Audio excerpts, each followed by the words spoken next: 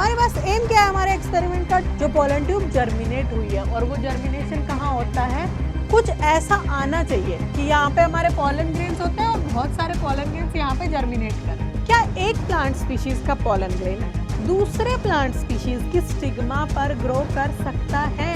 Hello बच्चों, hi everyone, welcome to science experiments अड्डा 24/7। आज हम आपके लिए लेके आए हैं एक नया एक्सपेरिमेंट क्लास 12th का।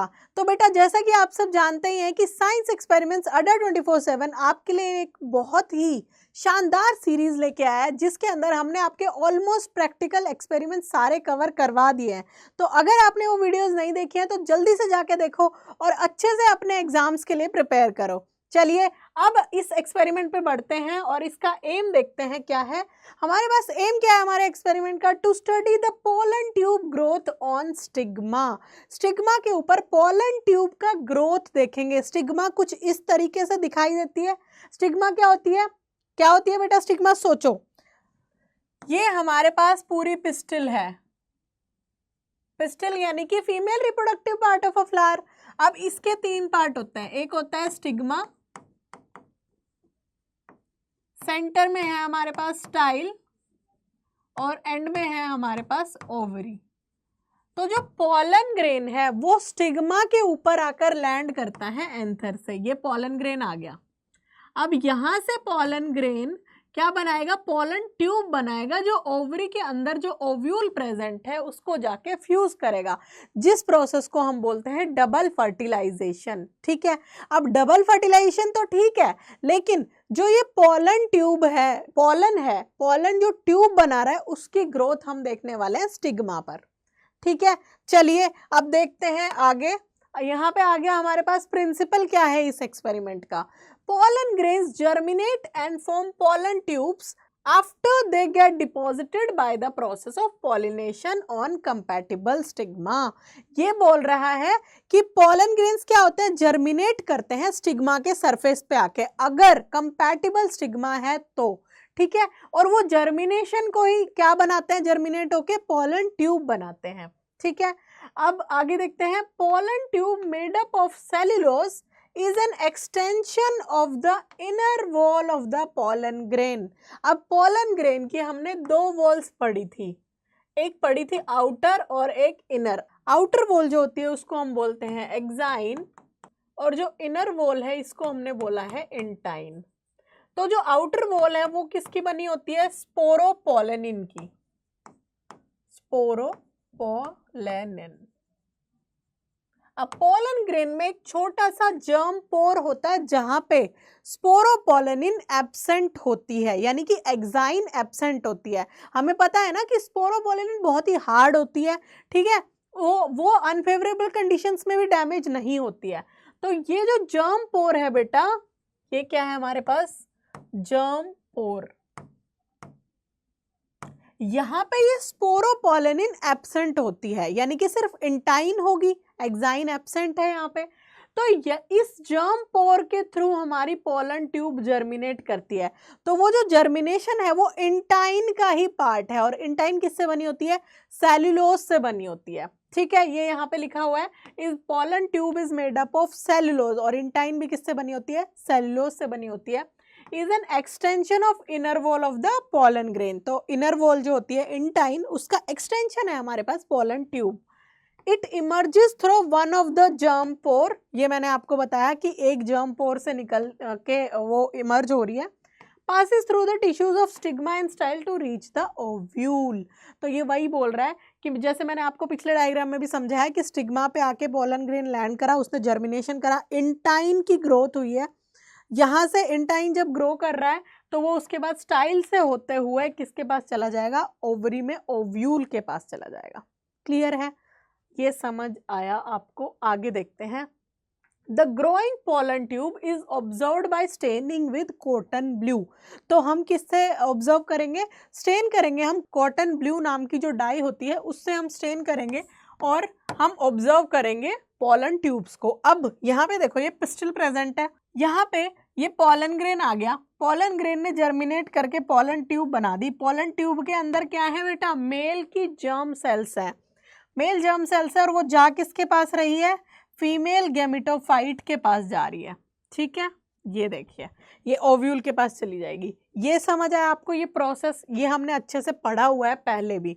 अब ये देख लेते हैं एक बार, यहाँ पे ये पोलन ग्रेन है, ठीक है, इसकी दो वॉल्स हैं, एक एक्साइन है एक एंटाइन है। आउटर वाली एक्साइन हो गई, इनर वाली एंटाइन हो गई। और इसके पास दो न्यूक्लियस है, एक जनरेटिव न्यूक्लियस है और एक ट्यूब न्यूक्लियस और वेजिटेटिव न्यूक्लियस है। अब यहाँ ये जब जर्मिनेट कर रही है तो देखो ये जो इनर वॉल है ये ही एक्सटेंड हुई है सेलुलोज से बनी हुई, और ये आगे एक्सटेंड होते हुए यहाँ पे कैरी क्या कर रही है, दो स्पर्म न्यूक्लियाई कैरी कर रही है और एक ट्यूब न्यूक्लियस कैरी कर रही है। ये है हमारे पास पोलन ट्यूब, ठीक है, जो पोलन ट्यूब जर्मिनेट हुई है। और वो जर्मिनेशन कहाँ होता है, स्टिग्मा से पे लैंड करता है पोलन और स्टाइल के थ्रू ओव्यूल के पास जाता है। आई होप आपको अच्छे से क्लियर हो गया होगा ये, ठीक है। आगे बढ़ते हैं, अब हम इस एक्सपेरिमेंट की रिक्वायरमेंट्स देख लेते हैं। तो हमें सबसे पहले स्टिग्मा चाहिए ऑब्वियसली, तो 5 से 6 एक्साइज स्टाइल्स ले लेंगे हम with stigma of petunia, grass, maize, sunflower, ladies finger etcetera etcetera, ठीक है। तो हम इनमें से किसी भी इसकी 5 से 6 एक्साइज स्टाइल्स ले लेंगे जिसके साथ में स्टिग्मा होगा, ठीक है। अब बीकर ले लेंगे, वाटर ले लेंगे, slide, cover slips, cotton blue, stain ले लेंगे जिससे हम स्टेन करने वाले हैं, माइक्रोस्कोप ले लेंगे, ब्रश एंड नीडल। तो ये सब हमारी रिक्वायरमेंट्स हैं एक्सपेरिमेंट परफॉर्म करने के लिए। आगे देखते हैं इसका प्रोसीजर में सबसे पहला स्टेप क्या है। पहला स्टेप है हमारे पास बेटा, place the stigmas in boiling water in a beaker for softening the tissues for 5 to 10 minutes. तो आपको क्या करना है, वो जो स्टिग्मास हमने लिए 5 से 6 स्टिग्मास लिए स्टाइल्स के साथ जो थे, उनको बॉइलिंग वाटर में डालना है 5 से 10 मिनट के लिए। तो उससे वो सारे टिश्यूज सॉफ्टन हो जाएंगे उसके, ठीक है। सेकेंड स्टेप में हमें क्या करना है, stain with cotton blue for 3 to 5 minutes and wash with water to remove excess stain. तो जैसे ही वो बॉईल हो गए 5 से 10 मिनट, अब उन्हें बाहर निकालो, उस पर थोड़ा कॉटन ब्लू उसे स्टेन करो, उसको 3 से 4 मिनट रखे रहने दो और उसके बाद एक्सेस वाटर को रिमूव कर दो, रिंस ऑफ कर दो, वॉश कर लो, मतलब उसको अब स्टेन उसके अंदर लग चुका है जाके, ठीक है। And then mount the stigma, जैसे कि मैंने पिछले भी एक्सपेरिमेंट में बताया था, हमने लीफ माउंट करा था, कुछ उसी तरीके से हम स्लाइड के ऊपर स्टिग्मा रखेंगे, कवर स्लिप डाल देंगे, थोड़ा वाटर डालेंगे, एक्सेस वाटर को ब्लॉट कर देंगे। एक बार देख लेते हैं, mount one stigma in a drop of glycerine और अ स्लाइड। यहाँ पे क्या करना है, स्टिग्मा लेनी है, उसके ऊपर एक ड्रॉप ग्लिसरीन का डालना है और उसको माउंट कर देना है कवर स्लिप लगा के। Place a cover slip on the stigma and gently press the cover slip on the material. हल्का सा उसको प्रेस करेंगे कवर स्लिप को and observe the slide under microscope. तो आई होप आपको ये तीनों स्टेप समझ आ गए होंगे। पहले हमें क्या करना है, स्टिग्मा को बॉईल करना है 5 से 10 मिनट के लिए ताकि टिश्यूज क्या हो जाएं, सॉफ्टन हो जाएं। उसके बाद हमें कॉटन ब्लू स्टेन से 3 से 4 मिनट तक उसको स्टेन करना है, उसके बाद उसको वॉश कर लेना है, ठीक है। स्टेन उसके अंदर चला गया, किसमें, स्टाइल्स और स्टिग्मा में स्टेन चला गया। इसके बाद हमें उसको माउंट करना है और माइक्रोस्कोप में देख लेना है, ठीक है। अब हमारे पास जो ऑब्जर्वेशंस आएंगी, ये प्रोसेस तो हमने कर लिया। ऑब्जर्वेशंस में पहले बेटा ये डायग्राम देखो, ठीक है। कुछ ऐसा आना चाहिए कि यहाँ पे हमारे पोलन ग्रेन्स होते हैं और बहुत सारे पोलन ग्रेन्स यहाँ पे जर्मिनेट कर रहे हैं। यही होगा कि स्टाइल और हमने स्टिग्मा लिया था ना, तो स्टाइल के अंदर पोलन ट्यूब्स जर्मिनेट कर रही हैं। अब जो हमें माइक्रोस्कोप में दिखेगा वो कुछ ऐसा होगा। ये देखिए, ये पोलन ग्रेन है, ये इसकी पोलन ट्यूब हो गई। ये सपोज ये स्टिग्मा है यहाँ पे और ये पोलन, देखो ये सारे पोलन जर्मिनेट कर रहे हैं, है ना। तो ऐसे बहुत सारे पोलन्स को आपको ऑब्जर्व करना है और देखना है कि कैसे कैसे पोलन ट्यूब ग्रोथ हो रही है, कितनी पोलन ट्यूब्स ग्रो कर रखी हैं स्टाइल के अंदर। तो ये सब आपको अच्छे से ऑब्जर्व करना है स्लाइड में, ठीक है। ओके, आगे बढ़ते हैं। कुछ और ऑब्जर्वेशन है बेटा, ये देखिए और ज़्यादा हाई पावर में दिखा रखा है। ये हमारे पास पोलन ग्रेन है, यहाँ से ये जर्मिनेशन हुआ पोलन ट्यूब का, ये देखिए। ये दूसरा पोलन ग्रेन है जो अभी इनिशियली जर्मिनेशन स्टेज पर ही है, ठीक है। आगे बढ़ते हैं। अब हमने ऑब्जर्व तो कर लिया, लेकिन अब हम इसका डिस्कशन भी तो करेंगे ना कि हमने क्या ऑब्जर्व करा। Pollen tubes are seen amidst the stylar tissue. हमने ये देखा कि जो स्टाइलर टिश्यू था, स्टाइल थी, उसमें इसके मिडल में क्या था, मिड में हमने बहुत सारी पोलन ट्यूब्स देखी। ये हमारे ऑब्जर्वेशंस हो गई नंबर 1। नंबर 2 देख लेते हैं। मैनी पोलन ट्यूब्स में भी सीन, बहुत सारी पोलन ट्यूब्स भी देख सकती हैं, ठीक है, कम भी दिख सकती हैं।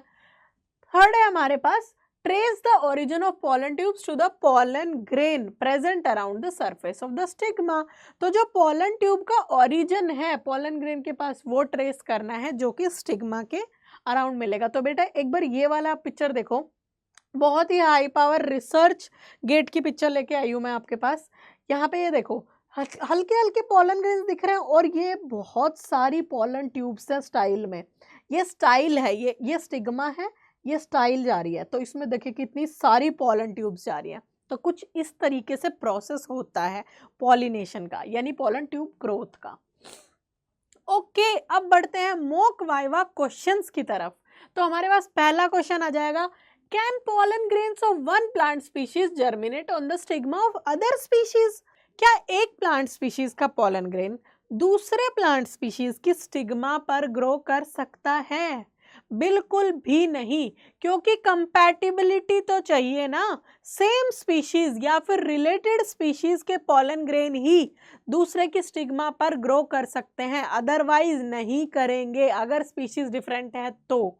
ठीक है, तो यहाँ पे आंसर देख लेते हैं, इसके रीजंस भी दिए हुए हैं क्यों क्यों नहीं करेंगे। So no, pollen grains of one species usually do not germinate on the stigma of another species due to, नहीं करते। क्यों नहीं करते? Species specific recognition. हर एक स्टिग्मा के पास स्पीशीज स्पेसिफिक रिकॉग्निशन होगी, उसको पता होगा कि क्या ये मेरी स्पीशीज का पोलन ग्रेन है या नहीं है। ठीक है, the stigma recognises only compatible pollen. यही मैंने बताया कि स्टिग्मा सिर्फ कंपैटिबल पोलन को अलाउ करेगी जर्मिनेट करने के लिए, अदरवाइज वो नहीं करेंगे जर्मिनेशन। ठीक है, आगे देखते हैं pollen stigma incompatibility. Obviously species specific recognition हुआ, या फिर दूसरा रीजन हो सकता है पोलन स्टिग्मा की इनकम्पैटिबिलिटी। पोलन पहले मैच्योर हो गया, स्टिग्मा मैच्योर ही नहीं हुई, या स्टिग्मा ज्यादा मैच्योर हो गई, पोलन मैच्योर नहीं है। ठीक है, सो chemical signals prevent germination if the pollen is from a different species. तो अगर पोलन किसी दूसरी स्पीशीज से है तो केमिकल सिग्नल्स जनरेट होते हैं, जिसकी वजह से जर्मिनेशन नहीं हो पाता है। ठीक है, आगे देखते हैं स्ट्रक्चरल डिफरेंसेस एक रीजन हो सकता है, दोनों के स्ट्रक्चर में बहुत ज्यादा डिफरेंस होगा। ठीक है, वो फिजिकली मैच ही नहीं करें, क्या पता। और लास्ट है हमारे पास जेनेटिक बैरियर्स में, it prevents hybridization and ensure species purity.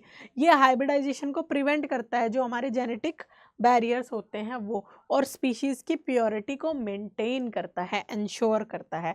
ये हो गया हमारे पास क्वेश्चन नंबर 1। तो एक स्पीशीज दूसरे स्पीशीज के स्टिग्मा पे, एक स्पीशीज का पोलन दूसरे स्पीशीज के स्टिग्मा पे ग्रो नहीं कर सकता ड्यू टू दीज रीजंस। ठीक है, ये बता देने हैं आपको एग्जामिनर को। अब आता है हमारे पास क्वेश्चन नंबर 2, जिसके अंदर है do all pollen tubes reach the ovule? क्या सारी पोलन ट्यूब्स ओव्यूल के पास पहुंच जाती हैं? बिल्कुल भी नहीं। सारी पोलन ट्यूब्स कैसे पहुंच सकती हैं? Not all the pollen tubes reach the ovules, some में stop growing due to competition.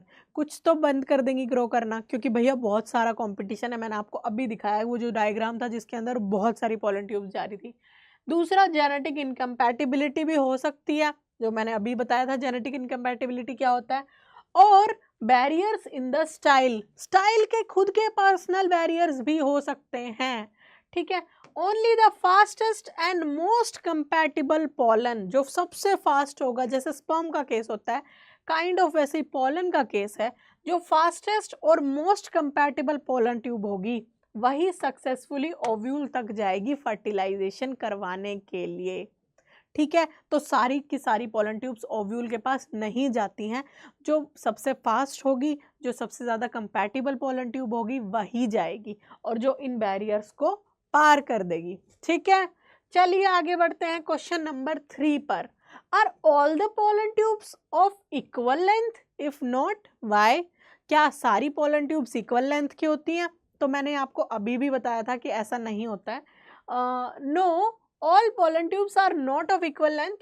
Their growth depends on factors like, factors समझो, pollen grain viability, pollen grain कितना वायबल है वो डिपेंड करेगा, पोलन ट्यूब की लेंथ डिपेंड करेगी इस चीज पर, जेनेटिक कंपैटिबिलिटी डिपेंड करेगा, न्यूट्रिएंट अवेलेबिलिटी कितनी है, कितने न्यूट्रिएंट्स उसको मिले जितनी वो ग्रोथ कर पाई, एंड कंपटीशन, कंपटीशन भी तो है, पोलन ट्यूब्स का कंपटीशन देखा था ना अभी, तो वो भी फैक्टर है। तो ये 4 फैक्टर है हमारे पास, 4 नहीं 5 फैक्टर है sorry.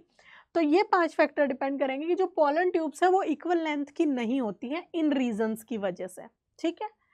Some grow faster and longer while the others may slow down or stop. तो यही हमने बताया था कि some grow very fast and some grow very slow और वो stop भी हो जाती हैं।